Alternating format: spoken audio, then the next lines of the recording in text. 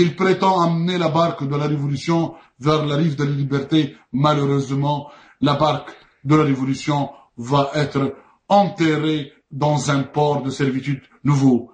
Ce gars Ghannouchi, qui est en train de servir les intérêts de certains prédateurs à l'intérieur, tels que les puissants qui détiennent un peu les fils et les ficelles de derrière-plan, qui œuvrent encore par de la puissance de l'argent, par la puissance politique de l'appareil du parti unique, qui œuvre encore, parce que la milice existe, et la milice du parti de Tejamma, là, ce RCD, ce parti nazi, ce parti qui a œuvré toutes ces dizaines d'années, depuis 50 ans, parce que moi, personnellement, je suis victime du régime de Bourguiba, ce connard qui est mort et qui est mort dans l'indifférence la plus absolue, et c'est bien mérité pour sa personnalité. Ce n'est pas le problème. Le problème actuellement, c'est que les structures fondamentales de l'État tunisien, ce sont des structures pourries. Le ministère de l'Intérieur tunisien, c'est un ministère pourri. Il a du sang sur la main. Il y a des méthodes répressives qui sont employées par ces agents. Il y a tout un corps de ce qu'on appelle la DST, ce qu'on appelle la police politique. Et il y a toute une autre partie, ce qu'on appelle la garde présidentielle. Toute cette structure militaire, armée, qui est sous les ordres du pouvoir en place, œuvre pour mater le peuple et pour tenir, comme disait à une autre époque, au début de ce siècle, l'ordre qu'il règne à Berlin.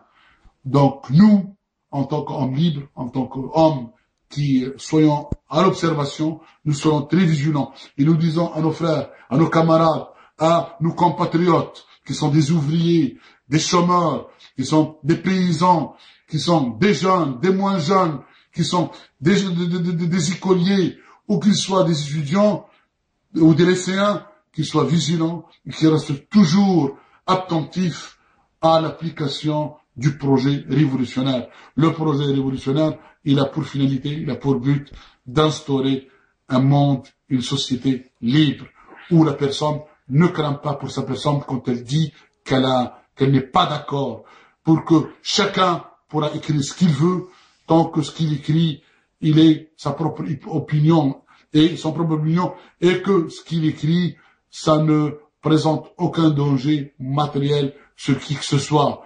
La liberté de la presse, c'est un élément fondamental. Il faut une presse libre qui dise la vérité et qui ne mente pas au peuple et qui ne rentre pas dans la stratégie de la désinformation qu'opèrent actuellement les journalistes de ce qu'on appelle fallacieusement et cette appellation tronquée de télévision nationale. Elle n'a rien de national et elle n'a rien de tunisien.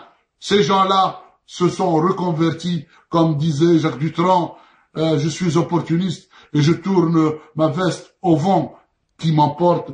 Il sera rouge quand il le faut, noir quand il le faut, gris quand il le faut, mais il est comme un caméléon, il prendra la couleur de la situation.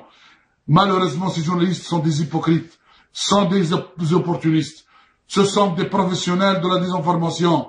Ces gens-là, ça fait quelques jours, avant que ton Ben Ali tombe, ils étaient en train de Bendiri, pour ce monsieur Ben Ali. Ils étaient en train de le cautionner, de révéler sa sagesse, d'opérer sa belle parole, de professer ses prédictions.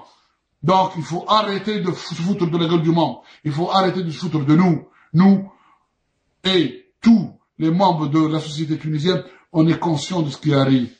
Et les gens qui sont dans la population, les gens qui sont concernés, qui n'ont plus rien à perdre dans cette société, ces gens-là, il faut qu'ils restent éveillés. Il faut que des commissions consultatives révolutionnaires soient sur tout et les territoires nationaux. Il faut que dans tous les quartiers populaires, dans tous les zones où il y a de la popularisation, dans tous les endroits où on peut opérer de la liberté, il faut construire des commissions et des conseils de surveillance révolutionnaire.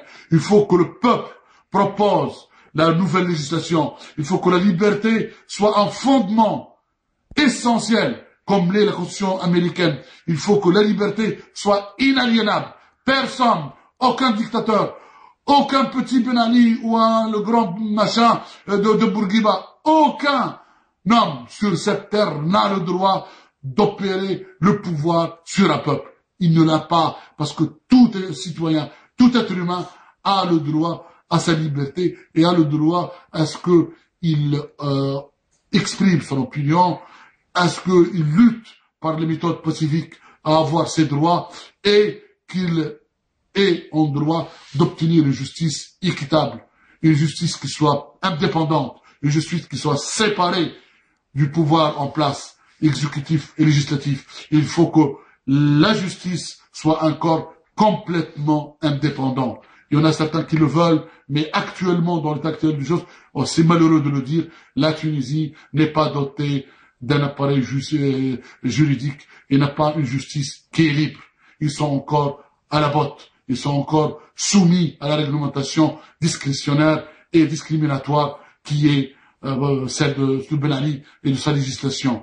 Et je me demande comment on peut opérer une transition, un passage vers la démocratie avec des lois, avec une constitution, avec une organisation et une administration héritées de ce régime totalement corrompu, de ce régime vampiresque, ce régime qui a laissé à 3 ou 4 familles de la présidence, les Ben Ali, les Matri, les Mabrouk et les Trabersi, de sucer le sang et toutes les richesses de cette nation, de ce peuple, qui est un peuple qui mérite, par la qualité de ses enfants, par la qualité de sa jeunesse, par la qualité de ses intellectuels, par la qualité de ses savants, par la qualité de tous les cadres et toutes les énergies humaines. Il ne faut pas oublier, parce que certains disent et prétendent que la Tunisie risque une paupérisation, risque une crise économique. Eh ben, je suis désolé de leur dire, tranquillisez-vous, ne vous inquiétez pas, la Tunisie possède la richesse la plus importante au monde. C'est les hommes. L'homme est le capital le plus précieux. Et tant que les hommes sont là, la richesse, on s'en fout, on l'aura. Nous, en Tunisie, on disait, il melierde ou le djib.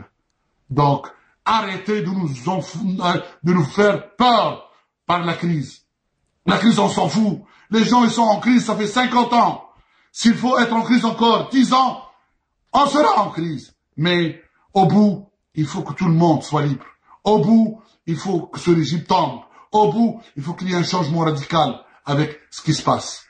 Et tant que cela n'a pas lieu, tant que la révolution n'a pas obtenu ses objectifs, on restera toujours là pour veiller, pour alimenter la discussion, pour appeler à l'insurrection, pour que tous les enfants de la Tunisie soient en droit de vivre dans une société libre et démocratique, pour que nous puissions choisir nos élus, pour que nous puissions dire notre avis, et pour que le jour venu que quelqu'un qui dirige une municipalité, une administration, ou un gouvernement, ou un gouvernorat, on aura le moment de le faire tomber par le vote, par le suffrage universel, en toute transparence et en toute équité.